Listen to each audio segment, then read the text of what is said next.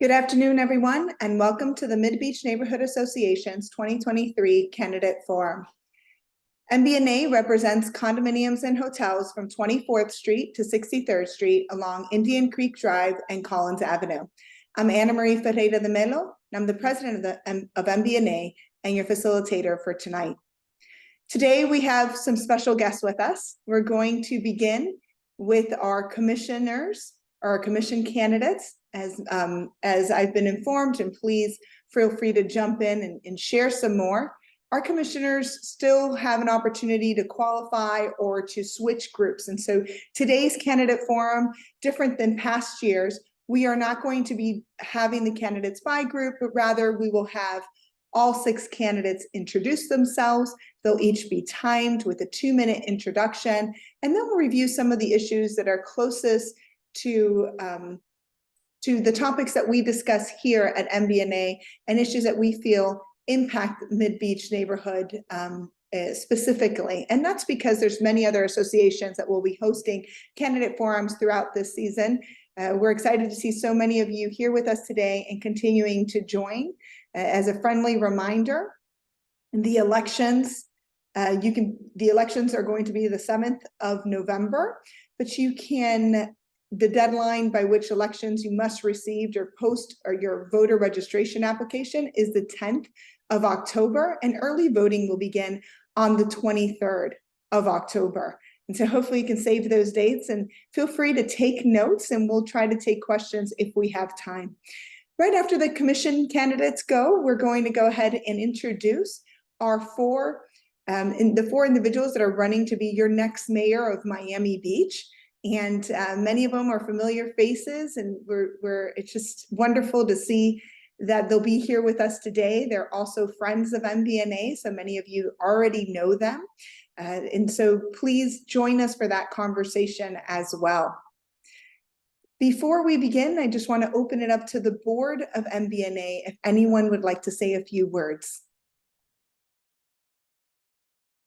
We're just excited to welcome everyone to this wonderful candidate forum. I know all of you know the MBNA and what we're about and what our goals and our missions are. So we look forward to working with you in the months ahead. And we're going to do everything we can to get voters out there to vote, and for voters to know who you are and what you represent and how you will be on the same page with us, trying to do what you can to help MidBeach prosper and continue to be such a wonderful community. Thank you for joining us. Thank you, Alicia. Anyone else? Okay. There are 6 candidates in 3 seats. We are going to go in the alphabetical order. And I'm going to list all candidates, and then we'll begin with Andres Asion. So Andres, if you could just wave your hand before we go to you. Thank you. We just need to make sure we meet quorum. Ana Marie, we need to meet quorum for a quick board meeting before we begin the forum. We're gonna, thank you, Alicia, for the reminder. Today is as a candidate forum, we're gonna skip quorum and improper procedures, and we're gonna call it a candidate forum or community meeting rather than a board meeting. We'll continue our board meetings on the first Wednesday of October, followed by the 1st of November. Thank you. Tanya Katzoff. Hi, Tanya. Joe Magazine. Hi, Joe. Marcella Novela. Marcella, I see you. Thank you. Mitch Novick. And David Suarez. I'm here. Great. Thank you. Okay. Andres, you have 2 minutes to introduce yourself. Welcome. Thank you very much for the opportunity to be here, and good evening to everyone. So my name is Andres Asion. I'm a born and raised Miami Beach resident. I've lived in Miami Beach my whole entire life and made my life and my career here. I grew up going to St. Patrick's on 41st Street, and after graduating there, I went to La Salle High School in Coconut Grove, and then my 4 years of college, I actually worked for the mayor of Miami, Xavier Suarez and Stephen Clark. And my job there was dealing with constituent complaints. So for all 4 years, whenever there's a call coming into the mayor's office that there was a problem that needed to be solved, I took that on and I solved it. Ever since then, my friends, family members, co-workers, and clients would always call me to solve their problems, whether it was in the city of Miami or the city of Miami Beach or Coral Gables, and I did it with pleasure, and I still do it today. So although I'm very involved in my business world and my philanthropy world, but giving back to our community, including the city where I live in, is the utmost of importance to me. So that's why I took the plunge and said, I am going to run for City of Miami Beach Commissioner to help make a bigger difference than I have been already for our residents. So I appreciate this opportunity. I've been doing so already.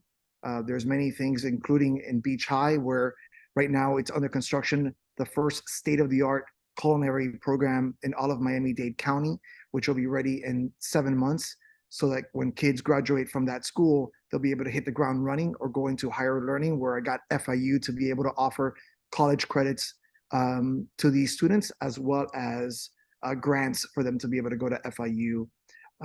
And programs like this, I will continue to be doing in the city, and I'll tackle some of the issues for MidBeach as we go on. But those are my 2 minutes. Thank you so much, Andres. Tanya, Bhatt? Hello, everybody. It is a real privilege to be here with you tonight, so thank you for that. Imagine, if you will, what you would do with all of your free time if you did not have to spend it supervising the city. Just close your eyes for a quick second and think what that would be like.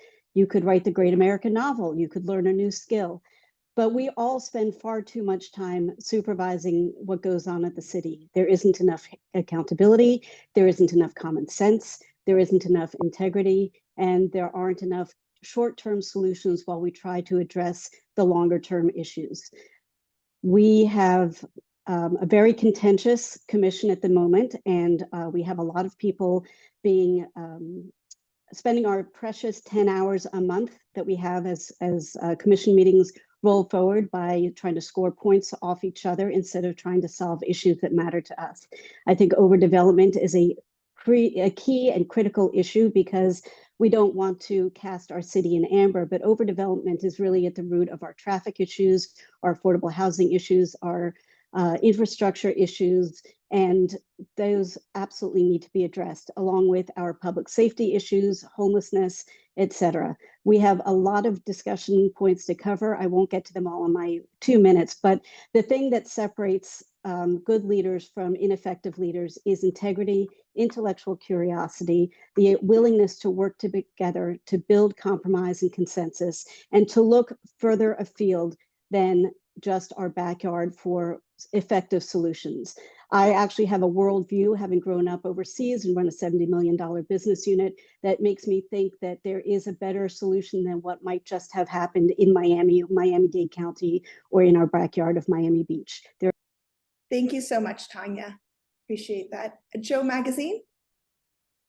Hi all, thank you for the opportunity to speak before you. My name is Joseph Magazine. I'm a longtime Miami Beach resident. I live in the West Avenue neighborhood. My entire family lives in Miami Beach. Both of my retired parents, they're senior citizens, live in Miami Beach. I'm also raising my 6-year-old daughter, Capri, here. My daughter, Capri, goes to school at South Point Elementary, where I'm the vice president of the PTA. I also proudly serve on the planning board for the city of Miami Beach, where I was appointed by the mayor and commissioners. I was appointed to be on the planning board, the most powerful land use board in our city, because of my track record of involvement, advocacy, and activism in our city. For nearly 10 years, I've been one of the most highly visible and active members in our community, attending almost every commission meeting in person, participated in nearly every land use board and neighborhood committee. I've been extremely active with my own neighborhood association over the years, and I have a track record of getting things done. Of course, everybody says they'll prioritize public safety and are for the residents, but I have a true track record of fighting for those things in our city. For 10 years, I've pushed and advocated for public safety more than just about any other resident or citizen in our city. And I've produced tangible results. When prominent nightclubs have had scheduled entertainers that had a history of bringing violence to our city, I applied public pressure to some of these nightclubs, and it resulted in the entertainers not being allowed to perform in our cities. The nightclub owners came together and agreed to that. In other instances, I alerted our chief of police and city commissioners when entertainers were scheduled to play in our city that had just been involved in shootings in other areas. And again, we essentially stopped these people from being able to come to our city and wreak havoc and violence. I also was one of the original members of the Miami Beach Crime and Prevention Group and would go out and personally patrol in the MXC. Because of these issues, the Miami Beach Fraternal Order of Police has unanimously endorsed my campaign. But what I truly bring to the table that differentiates me and that our city needs is our private sector experience. We have a city budget of over $800 million. This is a serious job. And for 20 years, I've worked in high pressure finance roles, working with hundreds of cities, municipalities, mayors, city managers across the country. Thank you so much. Thank you so much, Joe. Marcella Novela. Hi, good evening, everyone. Thank you for the opportunity to be here tonight. I'm a MidBeach resident, so your issues are my issues, and I have been a Miami Beach resident for 22 years, but I grew up in Miami and have been coming to Miami Beach my whole life. I remember the first time I came to Miami Beach as a child and we stayed at the Fontainebleau, and I promised myself then and there that I would live in Miami Beach one day. So this city is incredibly special to me.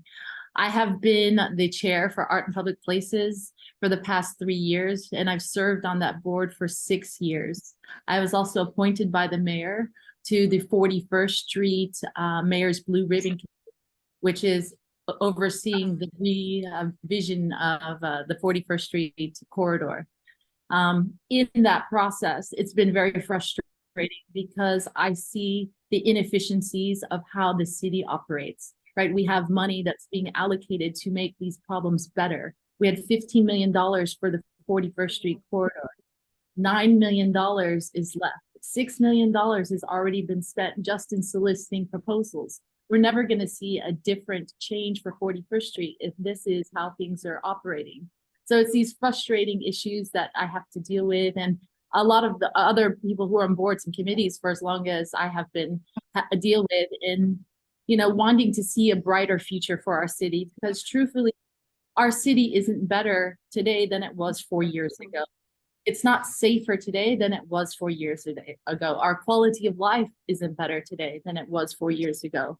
So we really can take action because we have the opportunity at our hands and the money and the resources to really make drastic changes to make a beautiful city a place where we'll all enjoy again. So thank you for having me. Thank you, Marcella. Mitch Novick. Good evening, and thanks for inviting me. It's nice to be here at the MidBeach Neighborhoods Association. I'm Mitch Novick. I'm a 35-year resident. I've always resided in the crime-ridden entertainment district. I served a total of 33 years on various boards, blue ribbon panels, and committees. I'm most proud of my 13-year chairmanship on both the Miami Beach and Miami-Dade County Historic Preservation Boards, where I estimate we've approved over $2 billion in sensible development.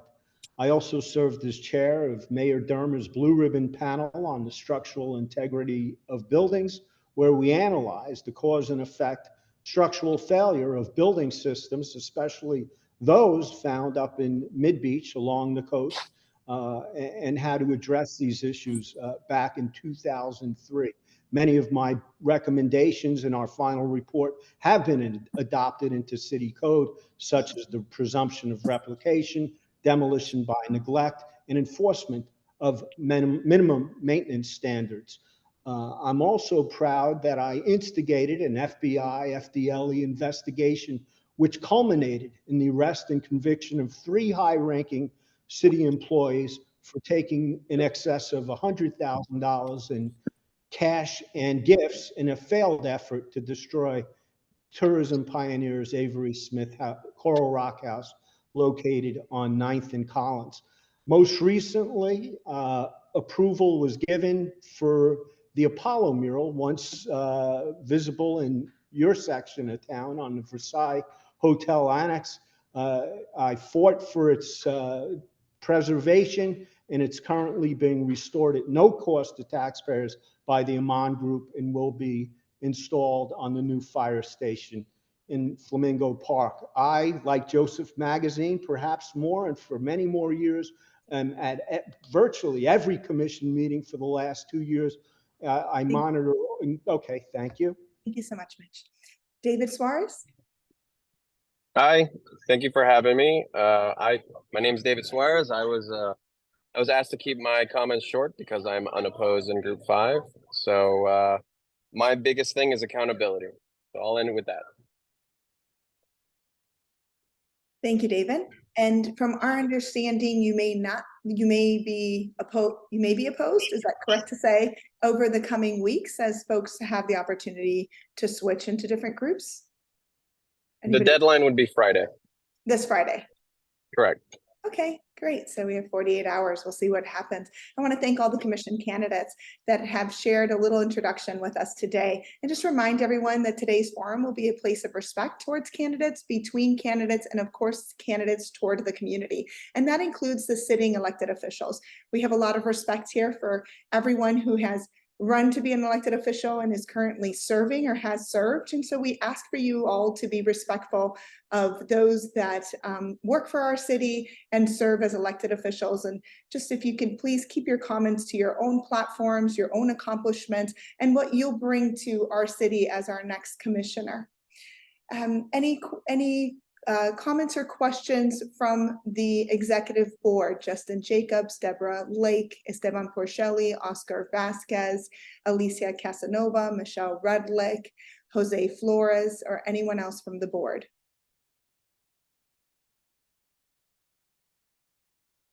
Okay, hear none. We're going to go ahead. We're at 6:20, and we're going to begin with our individual questions.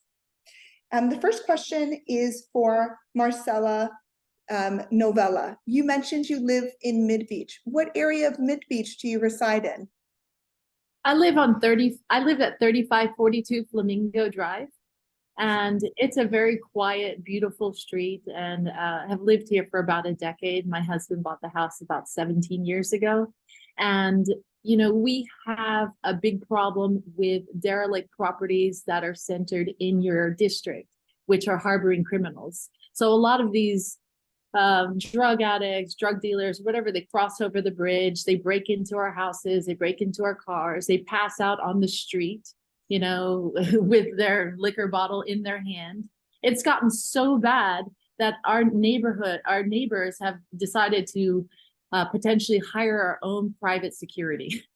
So when you think about this, and you know what is a very beautiful neighborhood, that we're going to these measures because we feel that we can't protect ourselves, it's time for someone like myself, the other candidates here, to really step up to the plate and fight for our city and fight for our community, because we are suffering. You know, it shouldn't be this way. With the tax revenue, with the global focus on our city, we should be doing better for our residents and for our community. So I really feel your pain, because this is my neighborhood, and I've lived in this neighborhood. Before I lived here, I lived on 52nd and Pine Tree. So the MidBeach neighborhood has been my home for 22 years. Thank you so much for sharing, and welcome to the first MBNA meeting that we've had the pleasure of having you at. We take Indian Creek Drive very seriously. We have a working group that is devoted to that area. Businesses have suffered when we don't have conscious construction practices, which we're hoping to hear from the mayoral candidates. That's what happens. That's what, you know, you have individuals that linger, that find refuge, that are experiencing homelessness or that are struggling with addiction, and they find refuge in beautiful communities like ours. And so when we think about those that walk into your community, we also have folks that walk into our community, and this community, MidBeach, from 24th to 63rd, contributes 1/3 of all city taxes for hotel bed. And we're also one of the most dense areas of the city of Miami Beach. Yet the resources and allocation of resources that you all as commissioners will have the power to allocate, we don't receive our fair share. So those issues that you're raising for your particular street, I hope that you will be able to attend more of MBNA's meetings and hear more about what that committee has been working with and working side by side with all of the players, because that is a very tricky area. And there are so many projects that have really impacted the homeowners and the businesses along that area, both condominiums and hotels. Thank you, Marcella, for sharing that with us. Tanya, you mentioned about development and redevelopment being a concern of yours.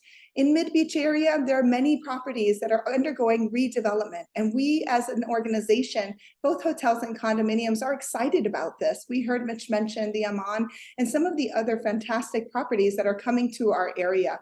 What are your thoughts on redevelopment, and what are your concerns with the MidBeach area, specifically from 24th to 63rd? Well, that's a great question. Thank you for asking that. You know, I have a unique perspective on this. As the vice chair of the planning board, where I've sat for 3 years, I sit in the historic preservation seat. I'm also on the board of Miami Design Preservation League. And I think redevelopment is fantastic. What concerns me more is knocking down buildings and building something new. The greenest way to redevelop is adaptive reuse. And as a barrier island, as a community that can be a global ambassador on the climate change resilience front, I say it all the time, we're a small town with a global impact. We need to show the world how we can literally and figuratively rise above. But we need to do it in a thoughtful, holistic, and measured way. We need to make sure we're not building more apartments that cost $20 million.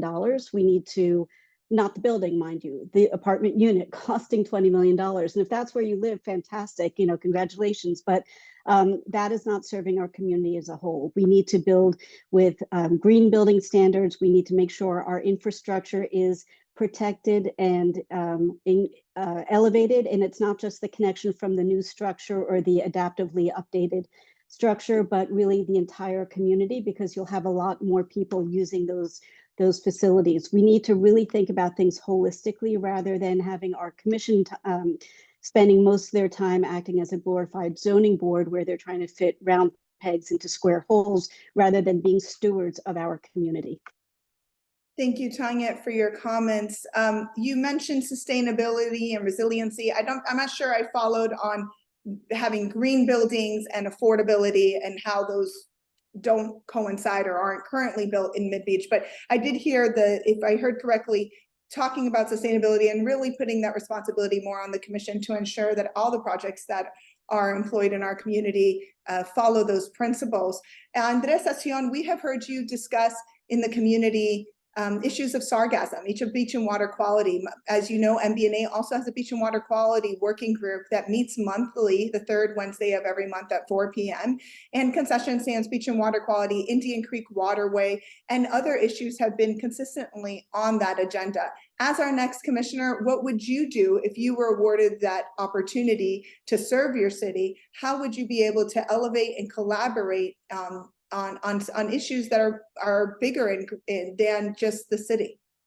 Well, specifically on the sargassum, I think that it's very important that we have a plan ready so that if we have a major attack of sargassum, we have floating barriers that will prevent the sargassum from hitting the beach, which has been done in many of the Caribbean islands. I proposed it, and we haven't executed that plan, but we definitely need to execute that plan. And same thing for MidBeach, where you have the marinas, which are on Indian Creek and on Collins Avenue along on the west side. We need to make sure that the boats that are there are not continuing to pollute our waters there. And I'll tell you that in addition to that, I don't wait to become a commissioner to take action. Many people have been complaining about the cars being parked on the west side of Collins and Indian Creek right now. And I've executed a plan right now with the parking department as well as code to make sure that not only are the cars being cited, but the property owners that have the rights to those properties are being cited as well, because it's not conforming use to have cars being parked in that area. So I'm looking forward to attacking a lot more issues, but I don't need to wait, because when somebody says something to me, I take action right away, which is all I do, is take action to help fix problems immediately. Thank you, Andres. David, you gave a response answer, or your introduction was one word: accountability. Can you expand on that for us a little bit? Tell us a little more about where are we, and again, I want this to be a very respectful, all of our city elected officials and staff have just been fantastic in helping accelerate some of the projects here in MidBeach. And while we do want to keep everybody accountable, we also want to be very respectful of the effort that all of these folks are putting forth. And so can you share a little bit more? What are you thinking what's your vision of accountability, and how will it be different if you were elected commissioner? I'll give you an example on an issue that the city has accountability wise, and that's the building department. And right now, if you pull a permit, you're looking at anywhere from 6 months to a year to fix up a bathroom. And I think that's unacceptable. I've knocked on about 4,000 doors by now. And the second biggest complaint above overdevelopment is the building department. People would rather walk on glass than have to go through the building department right now. And so why is that? Why do we have an inefficient building department? Why is our building department understaffed by 30%? It's not because we can't pay. It's because no one wants to work here. And there's a problem with that. And I think there is an accountability leadership problem at the director level and at the city manager level. And so, when I got started in local politics, I had fought against 2 Airbnb hotels in my neighborhood in South of 5th. I had an inspector general report that says these Airbnbs should have never been permitted, and in fact, their permits should have been expired. And the city inspector general hired an outside city counsel and an outside city attorney. They agreed with my allegations that the permit should have been never been issued and should have been pulled. And the city staff basically held up their hands and said, we don't agree with these reports. And so when it comes to accountability, okay, we don't have any accountability in City Hall. Okay, we have a city staff that is doing basically whatever they want. And I have a problem with that. And so when I peel back that onion layers after layer, you kind of you start realizing this is happening everywhere in the city. It's not just happening, in just south of 5th, for example. I was talking to Amy and the Sunset Islands she manages. There are light poles that were never properly installed by the manufacturer. So David, you're mentioning it's a systemic problem, that we need more accountability across light poles. Is that public works? I don't know. Building and other departments throughout the city. I would say almost every department needs accountability. And so as the next commissioner, what would you do to increase that accountability? How would you take on a system of that magnitude and make it more efficient in 4 years? Well, for starters, I would demand accountability. We don't have a commission right now that's saying we need to fix these problems. They're not even acknowledging these problems exist. If you ask the city manager, how's the building department, she'll tell you everything's fine, everything's great. It's running like a charm. Okay, thank you. So I think at the very first, we need to acknowledge that there is a problem. There's a big problem almost in every department. And then we need to find out solutions how to fix that. Thank you. Thank you so much, David. Joe, you had mentioned you're on the land use board and that you're very active in West Ave, and you were discussing some of the advocacy efforts in addition to that that you have throughout the city and in the past.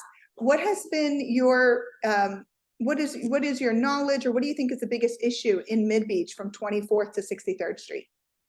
Well, one, Anna Marie, I give you credit for listening closely to each individual commission candidate and tailoring the questions to them on the fly. That's impressive. So for instance, for MidBeach, I understand very well how impactful that the delayed and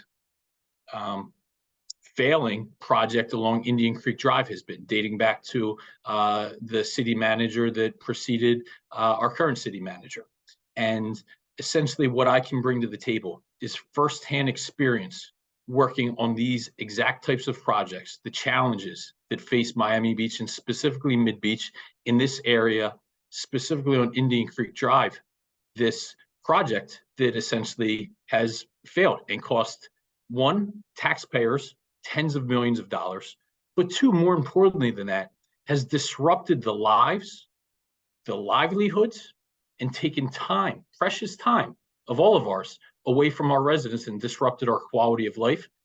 I'm the candidate with the firsthand experience working on those types of projects. I've worked with hundreds of cities, municipalities across the country from a financial perspective, but I have also done things such as being down in the water sewer system personally in places like Hammond, Indiana, or helping plan the expansion and financing of LaGuardia Airport in New York City. So the exact types of infrastructure projects that we're facing challenges with in Miami Beach, I have 20 years of financial experience of working on those exact types of projects day in, day out.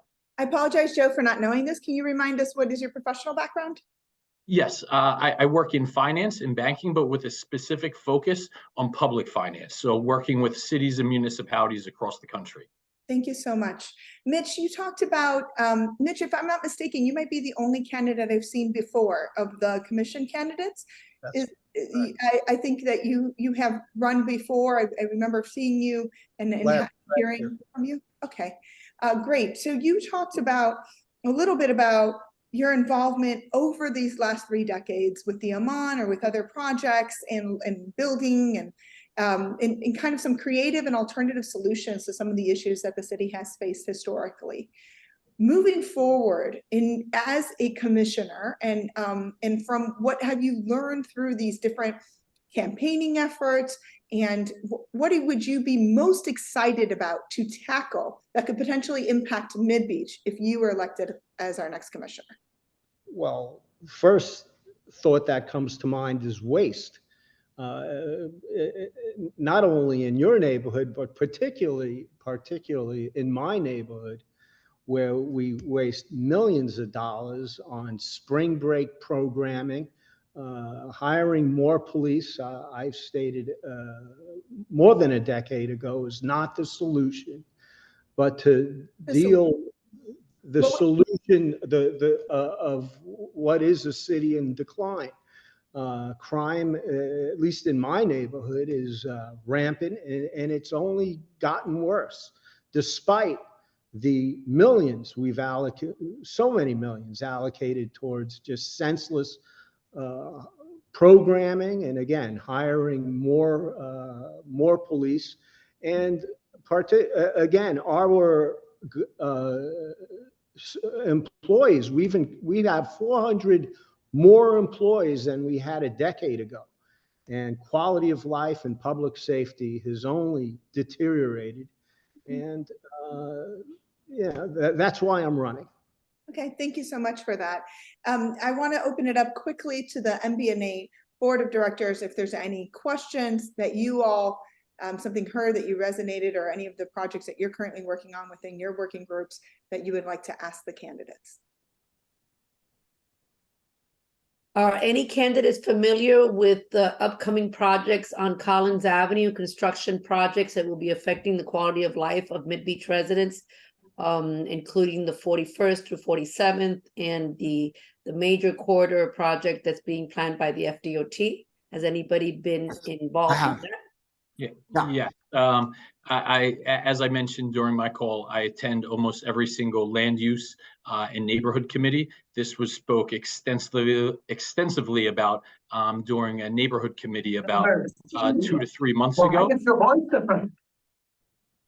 Sorry, I muted him. It's okay. Yep. Sorry. And I read through the entirety yes, I remember that. And read through the entirety of every single agenda that comes through our city. One of the things that I feel as if I can bring to the table is coordinating with different agencies, which we seem to struggle with. That's one of the problems that leads to traffic, is the inability to coordinate between the city, the county, and the state. In this case, what we're going to need to work very closely with for the Collins Avenue projects is coordinating with FDOT. I've had a 20-year career in essentially bringing those different types of organizations together for one holistic project. Thank you, Thank Joe. you. Anyone else would like to contribute to that question? Yeah, I would, No, if you don't I concur mind. with I'd what like Joseph, to- I'm sorry. I concur with what Joseph was saying. And definitely we're going to also experience some difficulty with parking, because especially on 41st Street, when the 2 lanes are going to be converted now to turn west onto 41st Street and the other 2 lanes continue straight, that median is going to move over east, which is also going to eliminate all the parking on the street on 41st Street. on Collins Avenue, I'm sorry, which is gonna, it's part of what is needed to be done, because at the end of the day, the traffic there is a big burden. But again, yes, we need to coordinate with FDOT extremely to make sure, and not only the timing, because we want to make sure that they're doing a lot of the work at night so they don't stop the traffic, which is a big issue. Thank you. So I'd like to also add, if I might, ironically, and we all are quick to point fingers at FDOT because oftentimes it's well deserved, but ironically, FDOT and our city have a very close working relationship in a lot of ways, and they work with Joe Gomez, our head of public works, to coordinate. The real issue that we have is FPL is a huge problem, but also coordinating with the county. Currently, they are not required to give us notice of when they are going to be doing work on our streets. So they're city streets for us, but they're county streets for their planners. And we need to improve that relationship so that we are not sidelined by their plans to try to make things better, but that end up making things pretty terrible. I mean, I raised my daughters for 13 years in this neighborhood. We moved here when they were 1 and 3. They're now 21 and 23, which I don't get because I'm still young and fabulous, but they're grown-ups. But this has been an issue for decades, and it just cannot continue this way. It needs to be fixed. Thank you, Tanya. I just gotta say, I apologize 1 second, Iris. We certainly support coordination and like that. I do want to mention that every major arterial in our area from 24th to 63rd is owned by FDOT. The only thing the county has jurisdiction over in our area is the signalization, nothing else. So any work that would be happening in our area would be because the signalization was knocked down, or they work on next signalization, and we have an internal, or we used to, and it went away, then now we have it again. The city has an internal consultant at the county helping with signalization throughout the city, and 41st signalization has been improved since we received support. So it is the county road. So that's why we don't want to point fingers, but the main collaborator and stakeholder is our city and our state, and of course, FPL and county and other agencies that influence these roads. But they are owned and operated by the state, and we have very little say on what our state can do. So we're very thankful that they are willing to work with us as a community and have heard our voices. They held a very nice town hall late May for these projects. But I do agree with Alicia, this is of utmost urgency. I don't know if Mitch, David, or Marcella would like to comment on this project before we move on to closing remarks.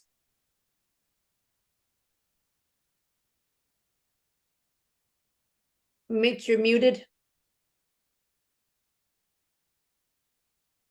Yes, I concur also with a lot of what Joe Magazine said. I believe the 2 right lane turns onto 41st Street will alleviate a lot of the congestion.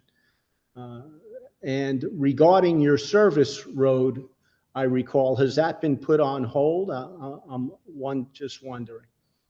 It's going to be completely reconfigured.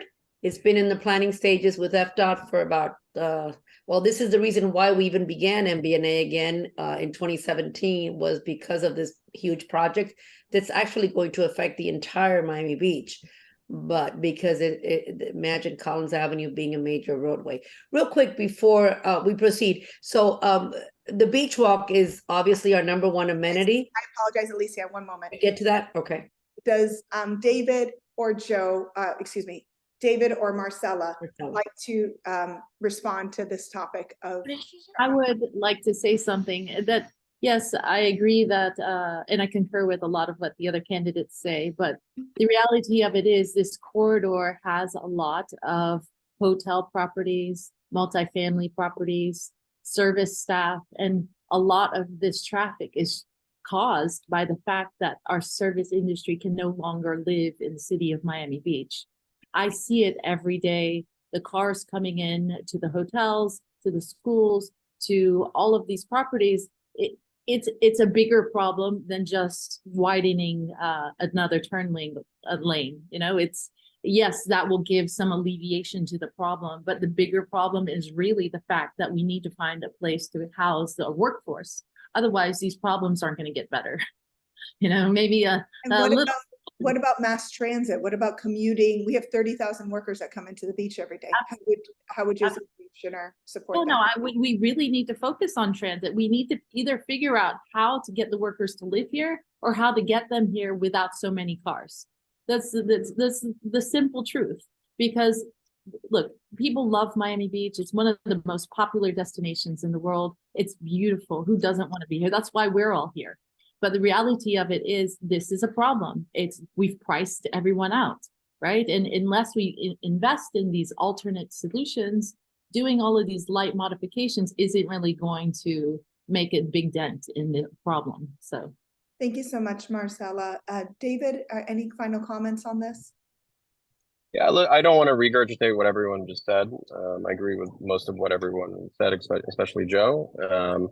Touching upon Marcella, as far as affordable housing, you know, one of the issues that's near and dear to me is stopping these conversions from residential to transient use. And unfortunately, we have a predatory investor industry that comes in now, buys out buildings where, you know, basically a normal person or a normal family can rent on a 365-day-a-year basis, and buy everyone out, kick everyone out, and turn it into a hotel where you just check in with your phone.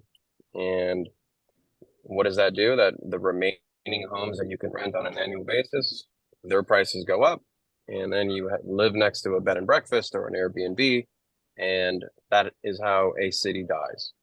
And so just wanted to touch up on that. But as far as I'm excited for the 2 right lanes on 41st Street to alleviate the traffic. I'm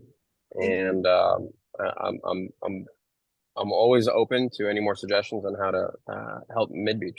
So Thank you so much, David. And I just want to piggyback off of what Alicia had also begun to mention, which is the beach walk. We only have a couple of minutes before our mayor candidate forum begins. And so I want to quickly say that the beach walk is near and dear. There's much on our website. There are many promises that haven't been met, such as safety and having the infrastructure and cameras on the beach walk, our bollards to prevent traffic. We know that we have elected officials that are working on parts of that, but there is still a lot to be focused on in the beach walk. If okay, Alicia, I'd like to begin with closing remarks. Go ahead. Thank you. So we're going to go backwards, last time we went alphabetical order, ascending, we're going to do descending this time. So David Suarez, if you'd like to give your closing remarks, please. Thank you again for having me, Anna Marie and MBNA. I really appreciate it. I want to make sure to let everyone know that I am accessible. You can call me, text me at any time of the day. I will respond. I give out my personal cell to anyone who asks. And I want to take public service to heart, and I want to be available for everyone. I have pretty much self-funded my own campaign. I have made a pact that I will not meet with any lobbyist if I get elected.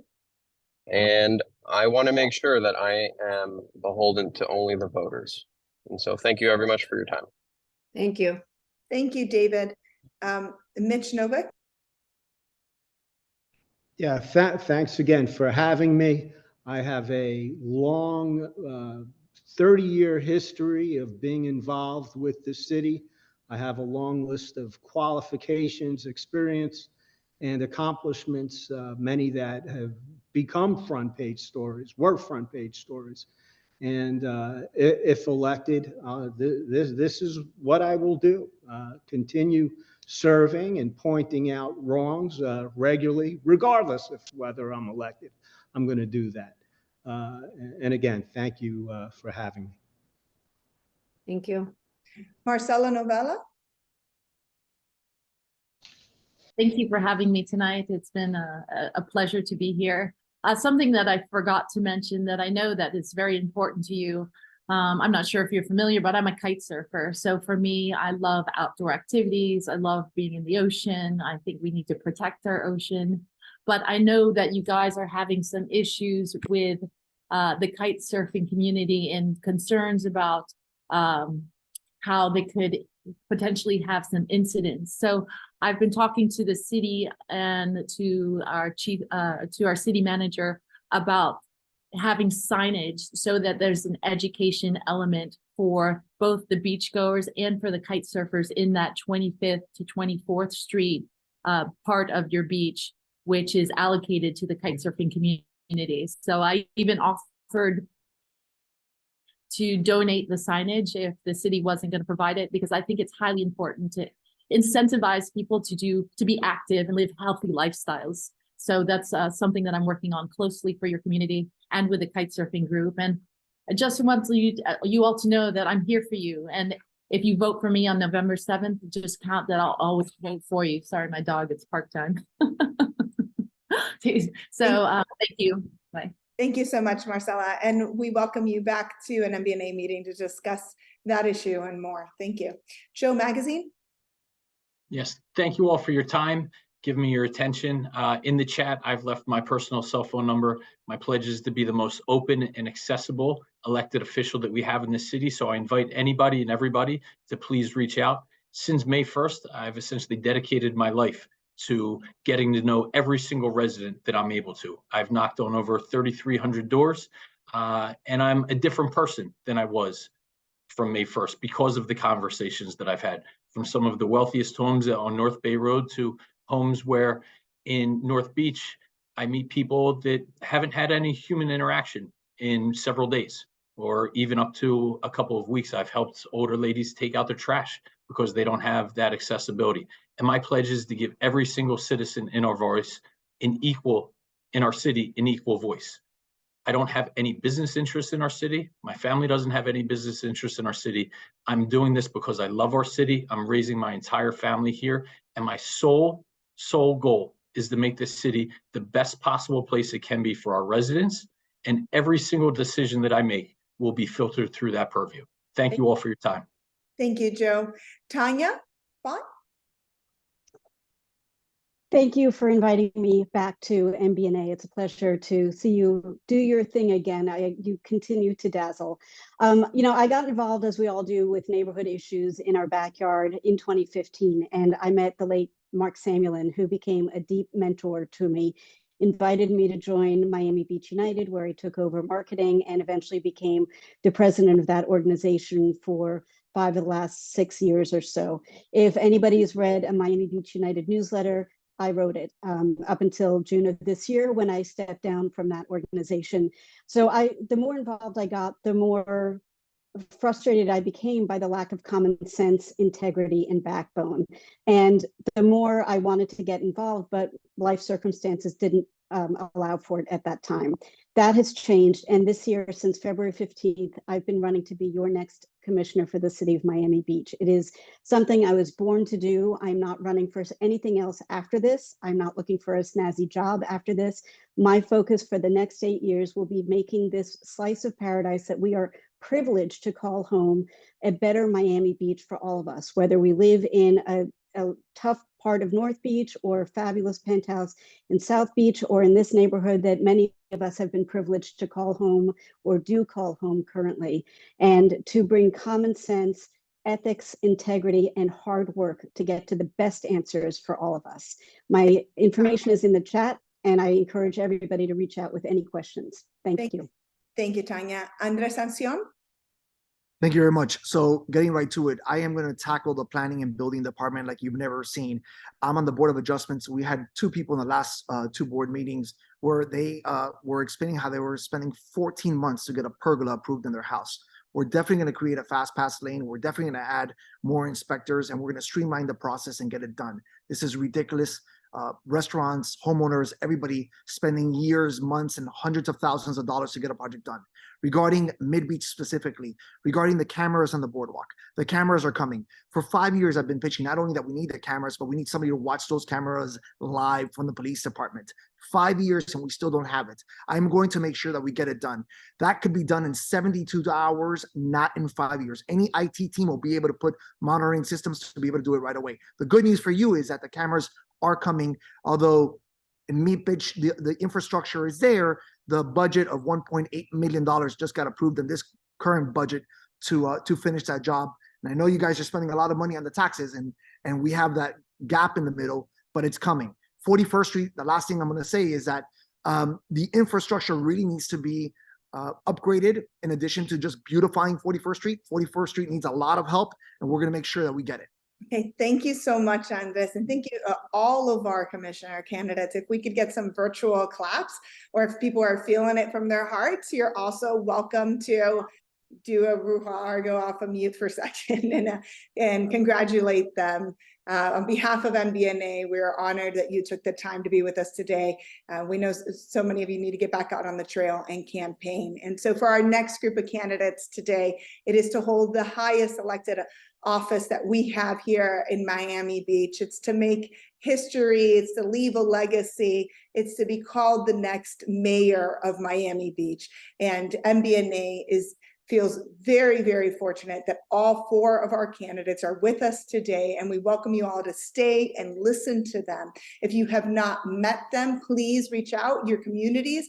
They are always welcome the opportunity to come to your properties. You can host them, or you can attend one of their events in the community. But I encourage each of you to get to know your candidates, both for commission and for mayor. Several of our mayoral candidates, many of you have already either met in the community or have seen because they have served previously in political roles. Again, I want to remind us that today's forum will be a place of respect towards candidates, between candidates, and from the candidates towards the community. That means I'd like to keep everybody's comments focused on your accomplishments, on your platform, and to avoid anyone on the call to refer to anyone else, please. And so today we are going in alphabetical order. We have Michael Christian Gongora, Michael Grieco, Stephen Miner, and Bill Roedy. Are you all with us today? We're going to begin with doing 2 minutes of introductions, and then we'll go to questions that were previously sent. We'll kind of pick and choose from those and bounce off. Michael Gongora, please begin. Thank you, Anna Maria, and good evening, everybody. I'm a longtime resident of Miami Beach since 1992, but I've specifically been a resident of our neighborhood since 2005, a year before I ran and won my first election to serve on the Miami Beach Commission. I've stayed involved in our area for quite some time and reached out to Alicia Casanova and many of you, Deborah and Anna Maria, in 2017, as Alicia mentioned, because the Collins Corridor project was coming to our neighborhood and we had to have a voice. I'm proud to be one of the co-creators of MBNA, and original secretary, and I still serve as your pro bono counsel to make sure that I'm giving you whatever you need. I have been the most accessible person for our neighborhood since 2017 when we were created. I've certainly attended almost all the meetings, more than any others, but what I'm most proud of is that I was your voice at City Hall whenever you had an issue, whether it was sargassum, whether it was commercialization of Indian Creek, whether it was the beach walk, safety, anything that happens in our neighborhood, you came to me and I made it happen, including fixing the Indian Creek project, which had started out so poorly, and we were able to redesign it into something much better and more fabulous. I pledge to you as mayor that I will continue to be as accessible as always, and I will stand up for our neighborhood because you know we're overlooked when it comes to the GEO bond. You know we're overlooked when it comes to policing. And I was always the voice of MidBeach saying, why aren't we getting our share with South Beach and North Beach, reallocating monies and reprioritizing projects? I will be your MidBeach voice. Thank you so much. 2 minutes exact, thank you. Michael Grieco.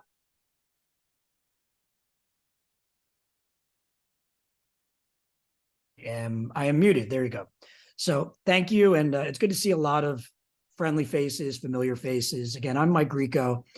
I never really get to tell my Miami Beach story because a lot of these forums kind of fast forward to issues, but I'm going to take the opportunity. So a lot of people don't know I moved here from another part of Miami in the late 90s.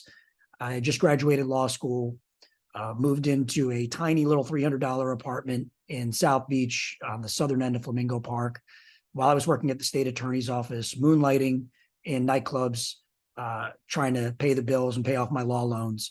And I hopped around, lived on West Avenue for a while, lived in MidBeach, actually lived in a house on 47th Court for a couple of years before settling south of 5th and meeting my wife and starting a family, getting involved in the neighborhood association there, and then eventually successfully running for city commission, then serving in your state legislature for 4 years as well. And, I'm running for mayor, which is pretty much the collaborator in chief here in Miami Beach. I'm hearing some folks that a lot of folks, even some commission candidates, sound like they're running for city manager. And the proof is in the pudding. I think one of the best measures as to who's going to be a great mayor is, were you a good or great or effective commissioner? Did you get things done while working with others? Did you show leadership and fight the good fights and fight the hard fights and actually deliver with results? So I did that in spades, both as your city commissioner and in the state legislature, working in a bipartisan way. And I plan on doing that again as your mayor. So thank you. Thank you, Michael Grieco. And next up is Stephen Miner. Well, thank you, Anna Marie, Alicia, the entire board. Thank you for doing this. It's great to have this forum. Just to go through some of the things that I've worked on and just my background. Many of you know I'm a federal law enforcement attorney with the Securities and Exchange Commission. Doing that since 2007, was with a couple of large firms, law firms in New York. But prior to that, I've been commissioner since 2019. And actually my first initiative was the palm tree, the lights on the palm trees down 41st Street. Which really added, I think, to the neighborhood. One of the things I've done recently that passed recently is the 41st Street just created a business improvement district, a BID, which means that the businesses tax themselves. That has to go through the commission. I sponsored, our commission approved it, which again, along with the GEO bond funding, that is another way that we're going to try to improve and really enhance a corridor that needs it. Increased police presence. I've been working on that since day one. We actually have, and I think, and I know I've been instrumental in that, but there's a lot more we can do. The beach walk obviously has been a point of contention with the lack of enforcement. It's been frustrating. The difficulties with pedestrians and bicyclists. I actually have a proposal that will be heard at Public Safety and Neighborhood Committee, which I chair, to potentially look at using some of the hard pack to really, in an effort to extend the area so there'll be more space. There's a lot of pushback from the city on that because it does require other regulatory approvals, but we have to try, and I think there could be an avenue for that. Obviously people have been talking about the real-time crime center and the cameras. That's finally coming in this budget, but it's been a long time coming. But the money is there and it's being allocated. Charter activity. This is a problem citywide, but we're not immune from it here. And certainly working with our police, Marine Patrol, and our code enforcement, that's something we need to really put a lid on before it gets too much out of control. I'm very proud that I've kind of spearheaded and transformed our municipal prosecution team. We were at 8% success rate when I uncovered that and forced our city. We are at 87% success prosecution. There's a lot more to it, but that's the summary, and that's a big difference. That makes a big difference in getting repeat offenders off the streets. Thank you so much, Stephen Miner. And next up is Bill Roedy. Okay, thank you, Anna Marie. Listen, I would just like to start by saying thank you to the commissioners. They were terrific. A lot of sincerity there, and also to my opponents. It's not easy running for elective office, and thank you for your service ahead of time. So let me go very quickly. Why am I running? I'm running for two reasons: action and integrity.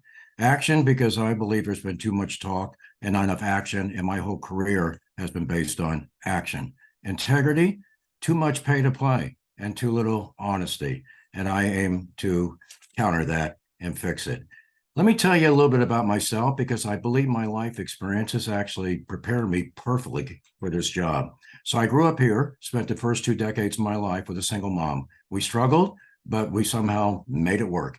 I went off to West Point and served 11 years in the military, first on the front combat lines at Vietnam, And then I trained as a missile-based commander, a nuclear missile-based commander, and defended NATO against the Soviet Union. So 11 years of service as an Army Airborne Ranger. Then I went off and got a degree from Harvard. Somehow I got into Harvard and learned about business. And I proceeded to build from scratch the largest ever media company, launching the most channels ever in the history of television. 200 channels, nearly 200 countries, 2 billion people. However, the difference is I was an activist CEO. And what does that mean? Well, I engaged in many social issues. Number one was global health. So I became the first ever ambassador to UNAIDS, and I fought the pandemic, and I'm still fighting it here up until this moment. I became chair of AMFAR, which was the lone voice against the pandemic. And then I also ran my own MTV Foundation with Staying Alive. So let me leave you with a couple of thoughts. One is budget. I ran a budget that was bigger than the Miami Beach budget, and I will be a 24-hour, 24/7 mayor. Thank you so much, Bill Roedy. And as we continue to answer questions, you'll be able to add a little more to those questions, and even your closing thoughts. So all of the mayoral candidates received several issues that are very important for MidBeach, and that we're really looking to the leadership in the city. And I think it was candidate Grieco that had mentioned that some of the candidates sounded more managerial rather than legislative, or that the role of the commission, it sounded different than what might be envisioned. And so as the next mayor of Miami Beach, how do each of you envision tackling some of these large issues? For example, the Indian Creek waterway, the commercialization of it. The city has been vocal about not wanting us to rent our homes for short-term rentals, or trying to keep a certain culture, yet we're allowing for our waterways to be commercialized. We're allowing for cars and trucks to park on our sidewalks and our grasses, for balloons and huge puddles of oil spills in our waterways and trash, etc. Coordinating response with sargassum. We've seen it over the last decade, and that not only has it gotten worse, but our lack of being able to really get a handle on what our role would be as a city, increasing safety around the city's trail network. And I think the board had asked to put in the word trail is because we really do see it as a connected network to the rest of the city and even to the mainland. And so how, what do you see there as a specific focus for 24th to 63rd? Economic revitalization. One of the candidates, I believe it was candidate Minor, had mentioned the importance of 41st Street, but is it throwing more money? Is it creating these microeconomic opportunities through the bid? Or is there something else that can be done, or can it not be done because they're private properties? Citywide parking zones and implications for MidBeach. I believe Commissioner Gongora had talked a little bit about this, but what are we looking at on a citywide? There's issues in South Beach and North Beach that we often hear are separate, like we have 3 separate neighborhoods, but there's some issues that are across the entire city, and parking zones and having huge trailers coming into our cities, and issues with those zones is definitely something that's across that city.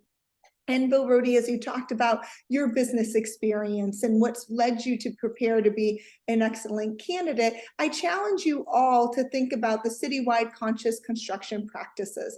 This is something that MBNA has been very much interested in, beginning to raise the voice on what this exactly means, who is accountable, and how will the highest level of leadership ensure that every vendor, every agency, and anyone who steps foot on the city will operate under certain guidelines to, 1, reduce the burden to any of our businesses, to reduce any kind of interruption to our quality of life, and to allow us to live and be able to sell our homes and operate in a joyful way in Miami Beach.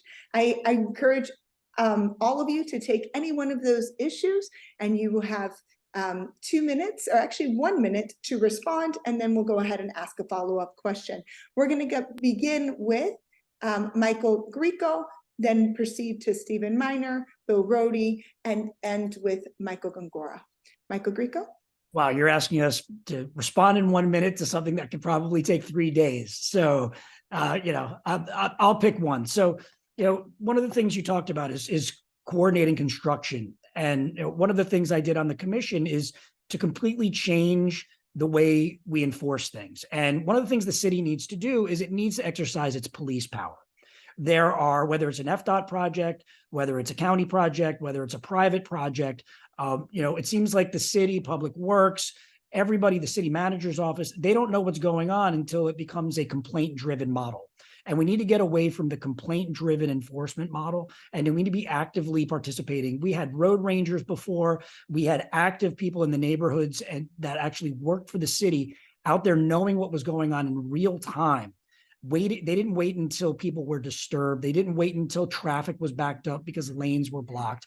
And they actually created a model where they knew about things in advance or in real time. And whether it was a private contractor, a vendor, FDOT, whoever it was, they knew to contact us first. Now it's gone back to a reactive model where maybe hours go by, sometimes days go by before somebody in City Hall actually responds to the problem. And that's the issue that we have now. It was not like that back in 2013 to 2017. We need to go back to the model where it's not a reactive model so people can actually be enjoying their lives better here on the beach.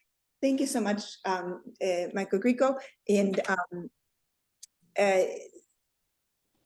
100%.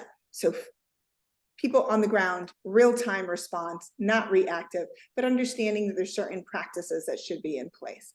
Can you guide me on what would be different? Because in 2013 to 2017, during that period that you had mentioned was better than what it is today. We here in MidBeach were gridlocked. The businesses along Indian Creek Drive, the hotel owners, they had these horrific stories.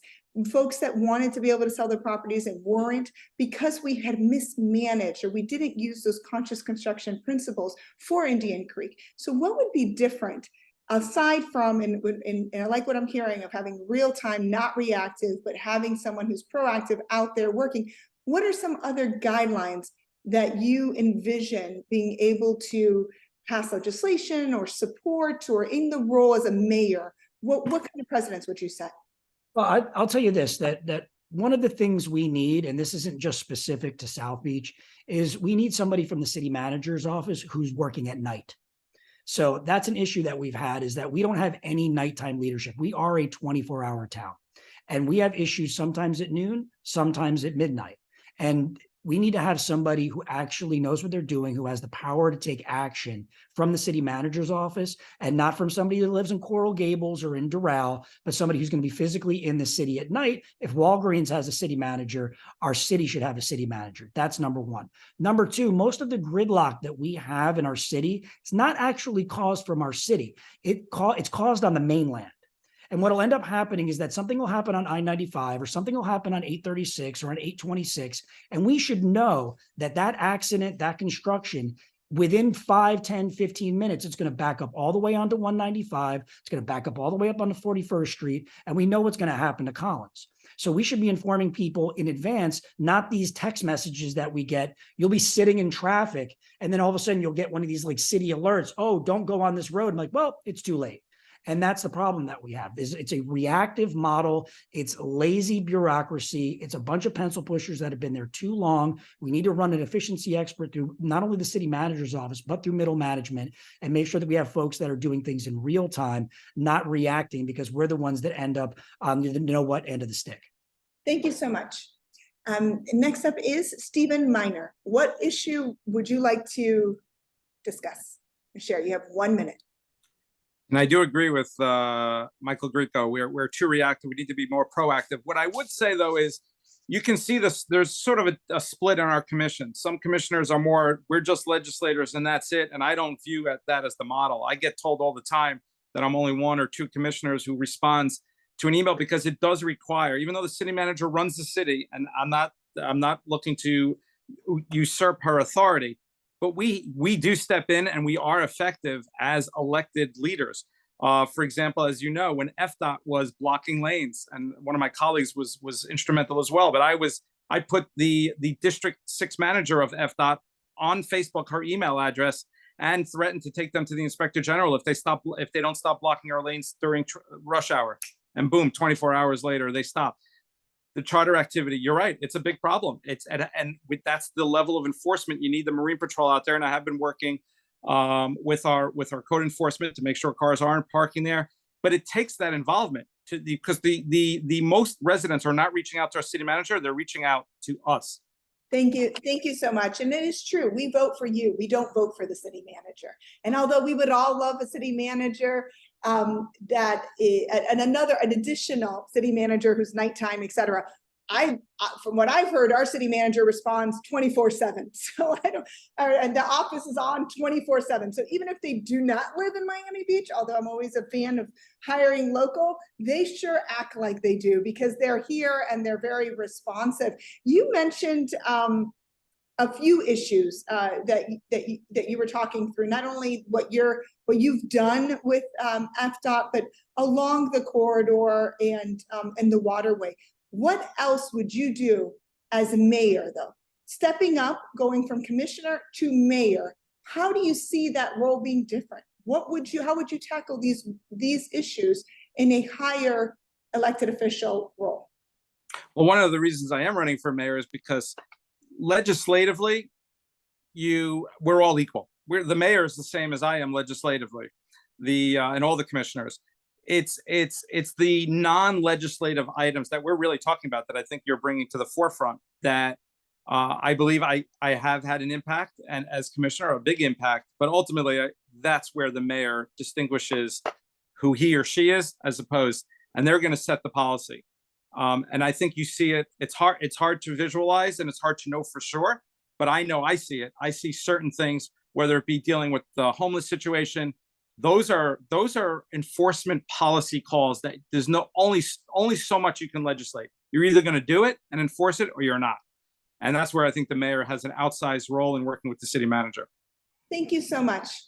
Bill Roedy, we heard a moment ago that legislatively the powers are similar, but the duties that are not legislative, setting the culture, working with the administration more closely. When there's a crisis, they're not calling all the commissioners, they're calling the mayor. When we need someone to be the face of our city, it's the mayor.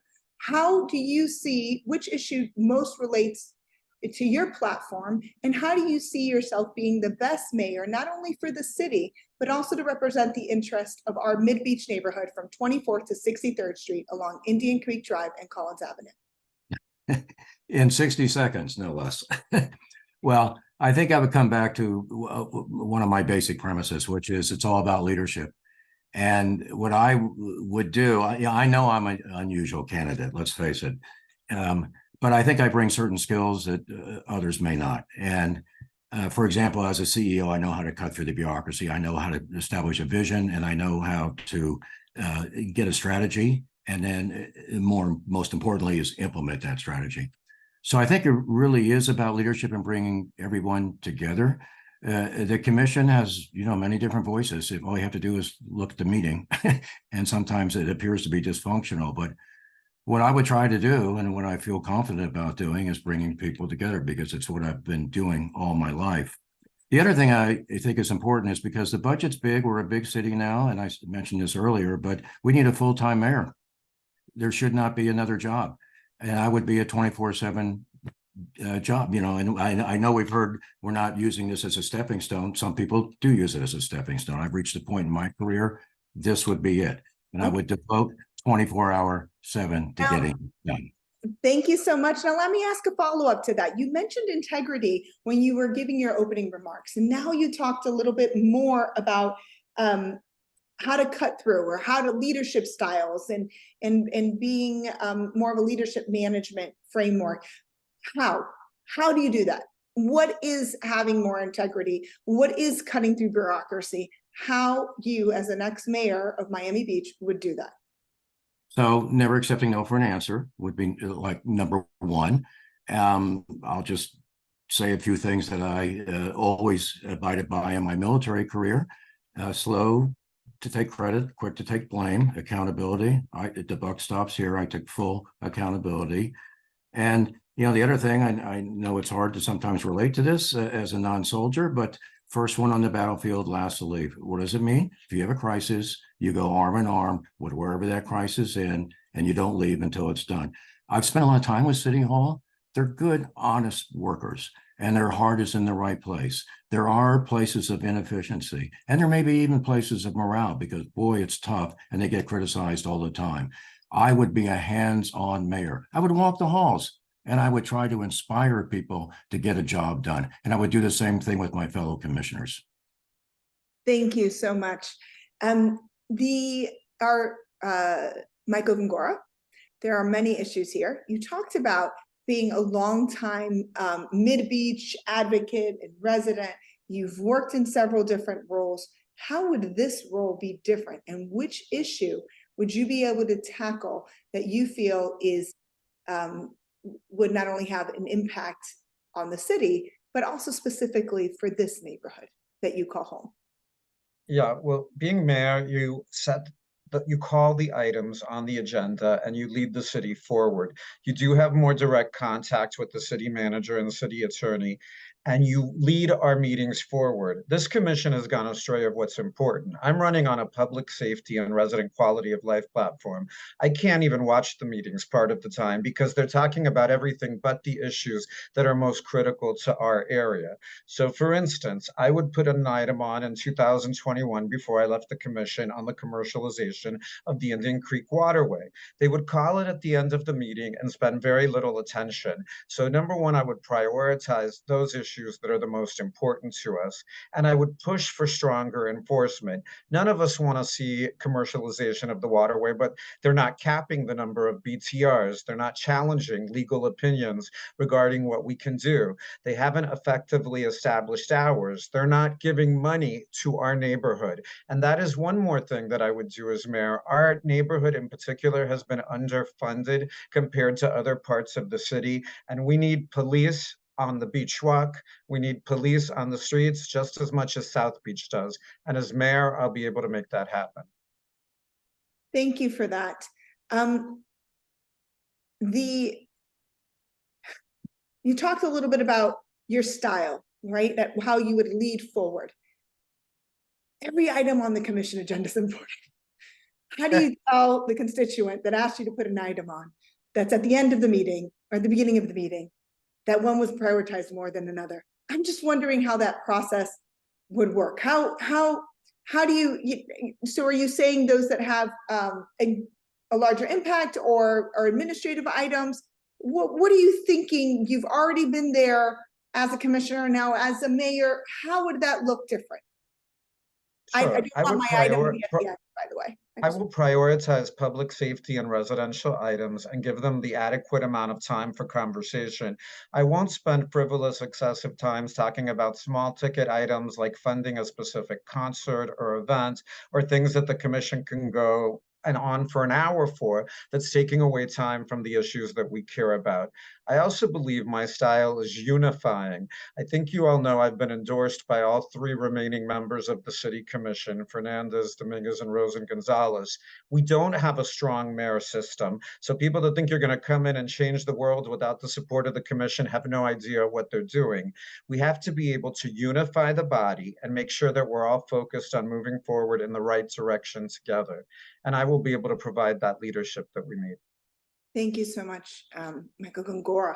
I'd like to open it up to our board members: Alicia Casanova, Deborah Lake, Esteban Porcelli, Oscar Vasquez, Justin Jacobs, Michelle Redlick, Jose Flores. Is there anyone that has any questions for our mayoral candidates before we go on to the next or the second to last item? Ana Maria, this is Esteban. Yes, Esteban. I want to bring to the table one issue that affects the quality of life, especially at MidBeach, is in reference with the noise that bring the motorcycle and sport cars. What the candidate is going to do to reduce this big noises every day, 24 hours. And if I may add to Esteban's question, so noise is a big issue for MidBeach, but it's also kind of part of our culture. So if you could respond to that question in terms of noise, culture. I've heard a lot of different platforms on what we're going to do for spring break or for parties, which we've seen kind of, it overflows into MidBeach.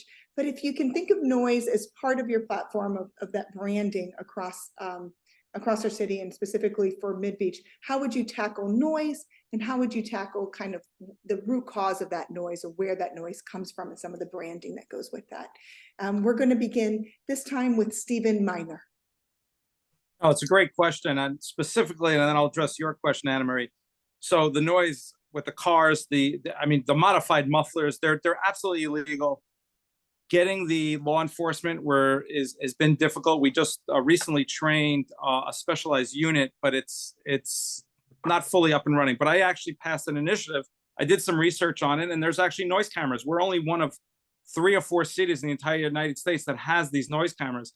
But this is exactly the problem. Like, I got it passed through commission, but it's not being utilized correctly. I'm not going to get into all the details why that is, or what it needs to do to be fixed. But that's what it requires, in my opinion, the mayor and working with the city manager, because we're wasting time on it. It is part of the culture to some extent, and we're not going to change. We're a tourism town, but it's when it goes beyond a certain level, which it happens too often, whether you're talking about the charter activities, these bikes, and obviously what we see in spring break, which impacts negatively our entire city, that has to be stopped. It's just there's no level where our residents need to put up with something that is just not acceptable. Anarchy, really, to certain levels. So I'm going to continue pushing that, and I think with that's what certain leadership takes, and again, it takes beyond the votes. You can get the vote passed. It has to be the enforcement. Thank you so much. Bill Roedy? Well, it seems like a minor issue, the noise. Sorry, Steve, didn't mean to put your name out there, but it's not a minor issue, because I think it's symbolic of a lot of things we see on the streets. I mean, just in our campaign, and Mike, walking the streets and walking the neighborhood, I've witnessed gun violence on 72nd Street. I've witnessed drug trafficking on Collins and 15th. We were going up Friday night to have the Sabbath at Temple Beth Shalom, and we had to dodge 2 Lamborghinis. And not only were they recklessly driving, they were noise everywhere. To get to your question, so much noise. So we were on Normandy Drive once. I almost got clipped with the Mokemobile. So we have. I think the answer is code enforcement. Okay. And it's a little bit of a broken windows thing. For those of you who are familiar, you start with the small things, and then you enforce it, and you get a tipping point, and finally a culture that's going to behave better. Thank you. Michael Gongora? Yes, enforcement is the key. We have legislated everything that can be done with noise. We talked about this at length when I was on the commission, and they continue to. We've passed the laws, we've given code and police the tools. At this point, we need accountability, and we'd like to let them know that this is important and it needs to stop. I'm not aware of anybody on the commission currently having code come in and report proactively to the commission and to the committees what they're doing on noise enforcement specifically. But just like we do with other policing matters and public works cleanliness matters, this should be part of the regular bread and butter, clean and safe, and quality of life issues that we will be tackling when I'm mayor. Thank you. Michael Grieco? So there's already laws on the books, and in fact, there's a state law that I co-sponsored that we passed in the legislature in 2022 that is enforceable regarding loud music and aftermarket exhaust systems. It is an enforcement issue, but our police officers don't roll down their windows. So how are they going to hear it sometimes? And that's a problem that we have. We have a lot of our police officers in their tinted windows with the windows up, not hearing, smelling, seeing, or feeling what's going on. And I said this last night at a forum. We need to go back to officer friendly. We need officers on bicycles. I have engaged with the last couple of years to get an electric bicycle company to work with the City of Miami Beach Police Department. Luckily, our new police chief is a former bike squad director. And we need to get our officers out smelling and hearing the world the way we do. They need to be able to enforce, and the only way they can do that, they need to be out listening, hearing, seeing, smelling, and feeling what's going on our streets, on our beach walks, on our beaches, and on our sidewalks.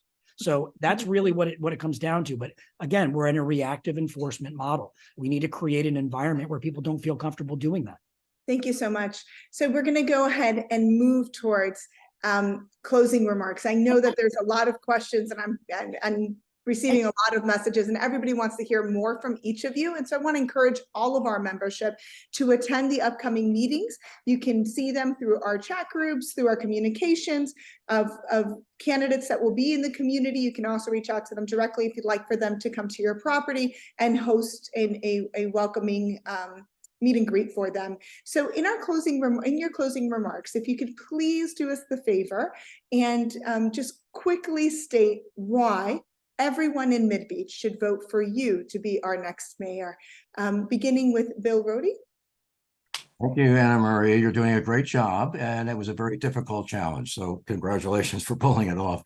So why should you vote for me for mayor? I don't think you're going to find a lot of disagreement in what we all have been saying for the last 30 minutes or so.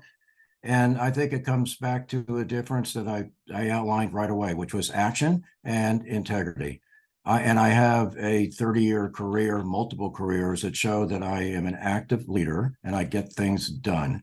And my military experience, I can manage law enforcement, believe me. My CEO experience, I can cut through the bureaucracy and I can write a strategic plan and I can have a implementation and a vision. And as a global ambassador, I can be a leader that has compassion because I've seen what happens when you leave people behind. Miami Beach will leave no one behind. The vision is to make Miami Beach the best coastal city in the world, full stop. Inclusive, safe, vibrant, prosperous. And when you think of me, think of change and think of a fresh perspective. Thank you so much. Thank you. Michael Gongora? Thought we were going in reverse order for closing. But I'm happy. A little bit different for the mayors. The candidates. All right. If you were hiring for a job, you would certainly want the most experienced candidate with the best platform and the person who's best able to unify our city and move it forward. I served 3 different times over the years honorably and made our city better.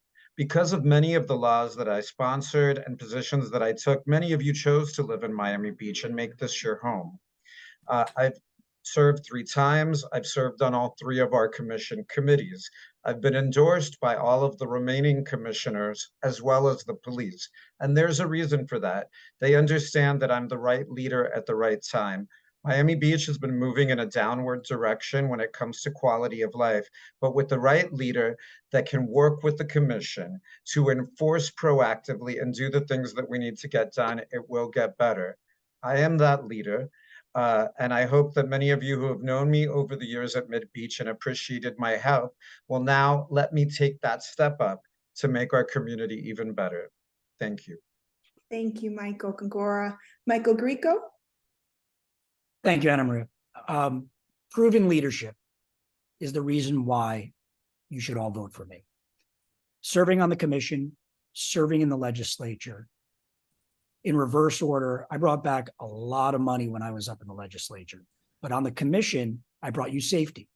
I single-handedly solved Memorial Day weekend by bringing in the air show. I single-handedly eliminated crime in our park system by creating the park ranger program. Those are 2 things that no one else can take credit for. And it's important because those are tangible results. I want to see the highest turnout in this election that this city has ever seen. I believe the higher the turnout, the more likely I am mayor. I believe the more informed the voter, the more likely I am mayor. So with that being said, I want to thank you for your time. Please get informed. I just put my cell phone number in the chat. I am painfully responsive as I have been for the last 10 years, accessible, took my door off the hinges when I got elected to the city commission, did the same thing when I got up to Tallahassee. I will do the same thing when I get elected as your mayor. Thank you. Thank you, Michael Grieco. And Stephen Miner. Thank you. Yeah, I've been a champion for MidBeach. I mentioned a number of the items. I won't repeat them. I've shown up, I think, to every MidBeach Neighborhood Association meeting since I was elected. And I'm there and I'm accessible. But one of the things I think that I've done and I've shown and I'll continue to do is I ask the tough questions. I'm solving problems by figuring out the problems that nobody even knew about. I mentioned the prosecution from going from 8 to 87%. That nobody knew there was even a problem until I raised it and then solved it. Then bail reform, the judiciary was raising that. I learned that through meetings with the state attorney's office and certain judges. And I was actually the first to publicly expose that the judiciary was going to get rid of bail for all misdemeanors. We know what happened in New York with that. And then we worked to defeat it. Right now, I'm actually working on a measure to bring a drug testing laboratory to Miami Beach, because what's the problem? One of the problems is the county is not testing a lot of our arrests. We can't prosecute the cases because the drugs are not being tested. We have this homeless encampment. We're going to be more vigorous and pass legislation. For 2 years, our city administration and city attorney's office told us we had maximized on the law what we can do. And it's not true, actually. And we're going to propose legislation to get that done. Thank you so much. And thank you all for attending today's MBNA 2023 Candidate Forum. This meeting has adjourned. We'll stay on and be able to answer any informal questions, but we welcome all of you to check out our calendar and attend our upcoming meetings. Thank you, everyone, and good luck to all the candidates. Thank you again for your service, and good luck in the elections. Thank you. Thank you.